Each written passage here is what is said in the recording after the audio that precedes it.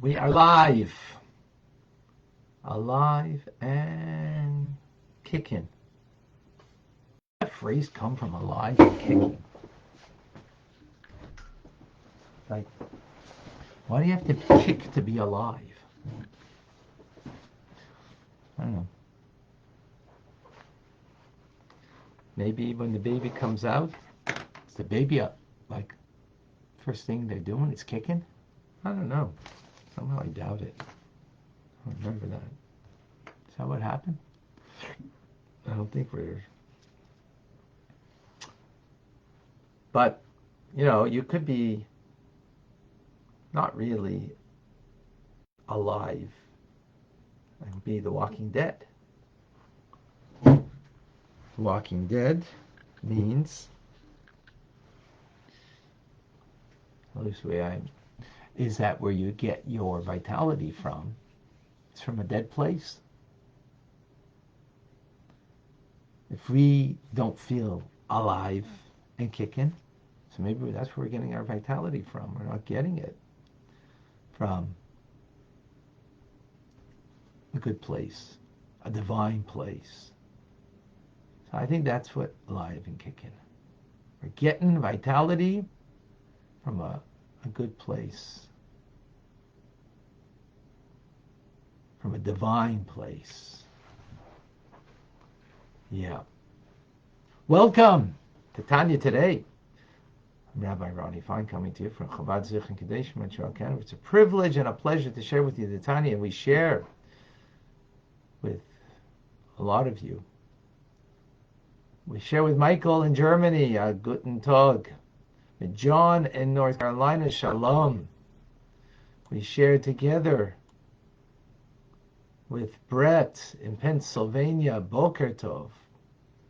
With Rusty, good morning to you in Texas. And Leah, welcome in Florida. Rachamim is joining us also in Texas, in Houston. Boker Or. And we have with us Rabbi in Morocco. Good afternoon. Mark is joining us on the other side of the world, Santa Rosa, California. I think it's like a 7-hour difference to Morocco. Joseph is cold and sunny in New Jersey. Diane is in Arizona. Up very early. Welcome. Joy's Boker Tov to Davida and Liba, twin sisters, who are having a Tanya-rific day. Who else is joining us? We have Jackie in Charlotte, North Carolina. Shalom. Eugenia in Calgary has joined us. Sandy in Michigan. Clem, he loves this. All the way in Brisbane, Australia. Welcome. David is in Sacramento, California with us. Fabio in... Please remind me, Fabio. Julia is in Pennsylvania, having a beautiful day. Daphne, terrific Thursday, by the way, Daphne. As it is a terrific Tuesday when it's Tuesday. Thank you, Daphne, for joining, as always. Who else? Moshe is with us in Anaheim, California. Agnes is in Germany with us. Dana in Washington State. Beautiful. We have Clubhousers, Batya and Vilma, Michael. Searcat, I don't know if I got that, what that is or means, but welcome. We have Instagrammers Okoya in Lima, Peru, Yentata Labenta. We have Alice in Baltimore. Marlene is joining us in Florida. Alice calls it a thriving Thursday. Ooh, good. Very nice. Beautiful.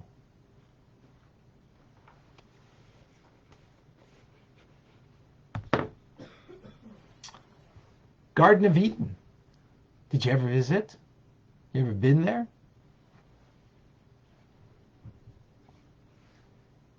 Perhaps our souls were there before we came down. Seemingly, that's where our souls were. Are there different gardens of Eden?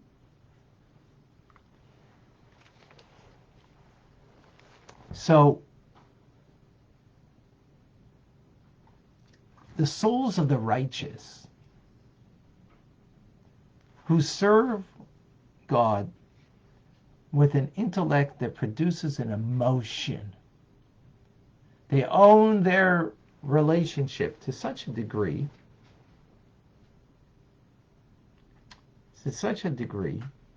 that they're able, through mindfulness, through meditation, to produce an actual feeling in the heart, an actual love and awe of God. And that's called Meichen de Gadlus, superior intellect, that they have a perception of the Ein Sof, of the limitlessness of God. And as a result, their abode is in the world of Bria, the world of creation, the world of divine intellect. Tzaddikim, who are on the level of Ruach, not such a lofty level, a level of Neshama. There's 3 internal parts of the soul, 2 beyond us, 5 levels altogether. The highest level is Neshama, which is the intellect. Ruach is the spirit, which is the emotions. So you have the righteous that are also on the level of Ruach, or other souls who serve with a natural love and awe that's in our hearts, not something that's born out of intellect. And as we explained yesterday, at the beginning of chapter 39, and then we continue in the chapter, that's analogous to an animal. Animal does things by instinct.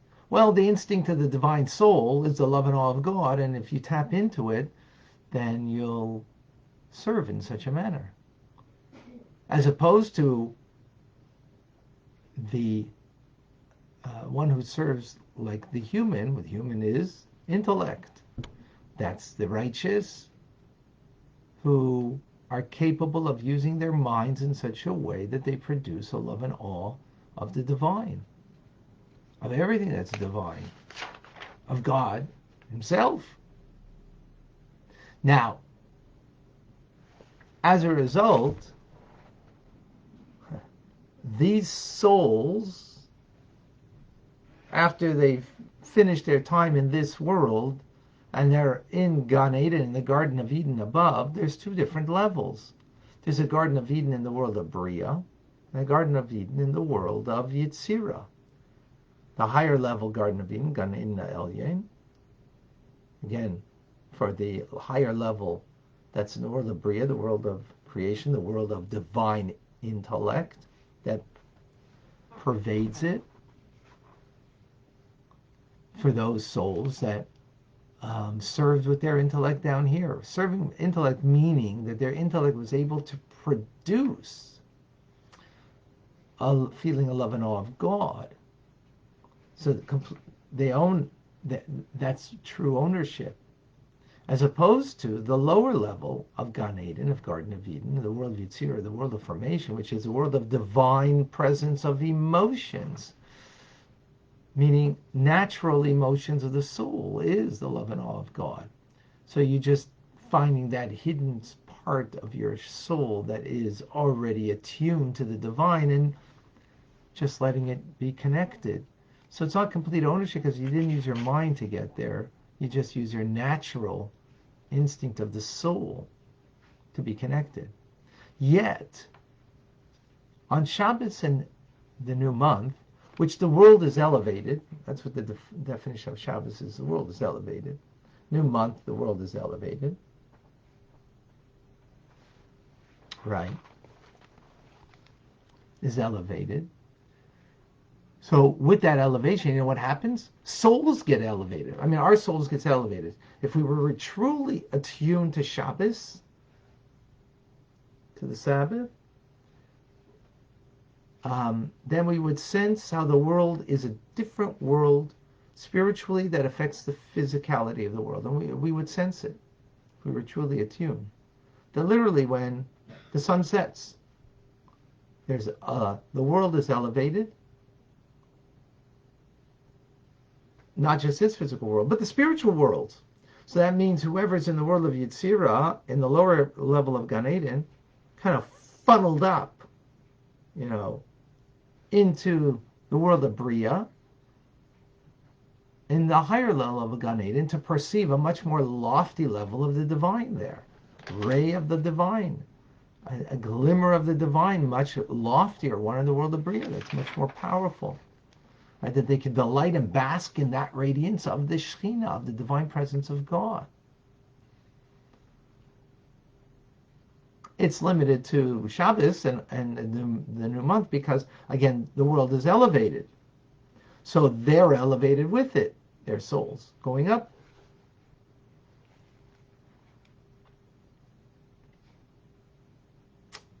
What are they basking in? And what they produce down here in this world, in their lifetime, by the mitzvahs in the Torah that they study, that produces a divine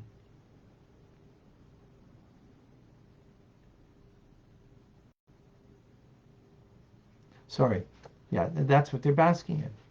But before that, now, interesting that the souls in the lower level of Gan Eden, in the world of Yetzirah, they get moved up, right? Angels don't. Why? Even though it's elevation of the worlds, so everything should be elevated. When we say the world, not just this physical world, but the spiritual worlds. But the angels don't get to go up. And the reason is that ultimately, angels are as we call them, holy animals, holy beasts, because they're like an animal that they have no freedom of choice. But the human being does. We do. And we could have chosen down here to follow not the divine, but could have chosen, God forbid, evil, negativity, and not something divine. The fact that we chose the divine, so therefore that gives us something much greater than even angels above. That when Shabbos and new moon, Rosh Chodesh comes, that we are able to bask in that light of God.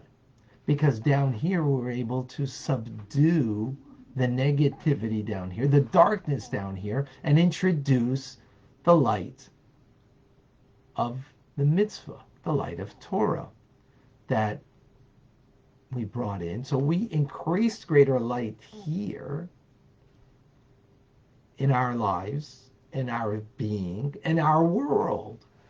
Because of that, we get the increase of light when our soul goes up to Gan Eden, that it will be bask in that ray, that glimmer of the divine on Shabbos and Rosh Chodesh, in the higher level of Gan Eden, the world of Bria, even though I didn't serve in that manner. I didn't serve in a way of intellect that fed the emotions. I served by the natural emotions of the soul that I was able to bring out and emerge, right?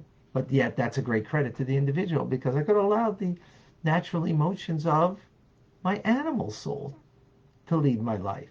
But no, I didn't. I chose otherwise. The natural emotions of the divine soul that it should lead my life. Now, we need to clearly make a distinction over here that the soul itself is in the abode of a world, a spiritual world, whether the world of Yetzirah or Bria, but it's in the world aspect, which is not divine. What it's getting a glimmer and pleasure from is the divine that we created down here through the Torah mitzvahs that we engaged in. That Torah mitzvahs that we engage in today is elevated to the world of Yetzirah or Bria, and it is bound up there. It remains there. It stays there. That we will experience later a glimmer of it, a ray of what we do today there in Gan Eden. We will get a glimmer of that. And that's the idea of the reward of the mitzvah, the mitzvah itself. The mitzvah that we perform over here has an element that here we connect to the essence of the divine, but we also create something that's beyond the moment that we connect to the divine down here, that we also allow what we do to create a ray of light, a glimmer of the Shekhinah, of the divine, that ascends to the world of Yetzirah Bria, and we get to taste it, to experience, but only a glimmer in Gan Eden, in the Garden of Eden. So that's why it's worth the soul to go through the purgatory state that it goes through, which is a cleansing state that it needs to go through in order that it should have that glimmer of the divine, because that is such a powerful pleasure that pleasure we couldn't experience over here. It'd be too great of a pleasure. We would not be able to absorb it. But the pleasure is only a glimmer, a ray of the divine in the world of Yetzirah or Bria, lower level Gan Eden or higher level of Gan Eden. As opposed to today, it's better, as the Mishnah says, 1 hour of repentance and good deeds, meaning doing mitzvahs in this world, than all of the world, life of the world to come. Because in the world to come, you're only getting a glimmer. Here, right now, in this moment, you're doing a mitzvah study of Torah. You're not getting a glimmer of the ray of light that you're experiencing. That will come. What you're getting is the essence of God to be bound up with. That's so powerful, so great, that it's beyond our experience right now. We will get to experience that. That's what Mashiach is called. So Gan Eden, wow, what an experience. What we do now, we get to experience then, because now we don't experience it. So you might think, well, Gan Eden, that's the place to be. No, it's not. Yes, it's great pleasure, but it's a pleasure of only the glimmer, the ray of light of the divine. Here, we associate, we attach ourselves through the act of the mitzvah to the divine itself, to the essence of the divine, to the essence of God, of the Ein Sof. And that's even greater. That's even greater. More to come on this. Powerful stuff. Stay tuned.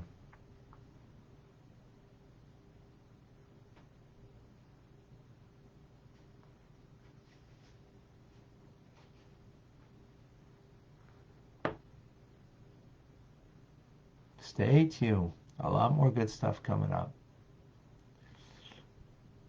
TRC today at 4:30. Bring your questions to me. TanyaRabbi.com for more information.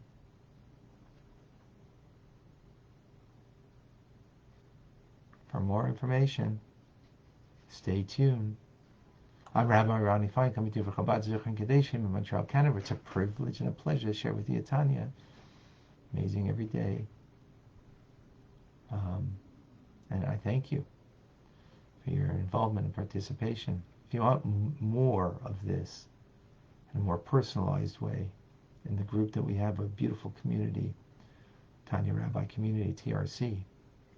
Go to TanyaRabbi.com, take a look at it, and try it out if you're interested. Private message me. It's really great. Bring your questions today. Today's question and answers. Q&A. God bless you. Have a great day.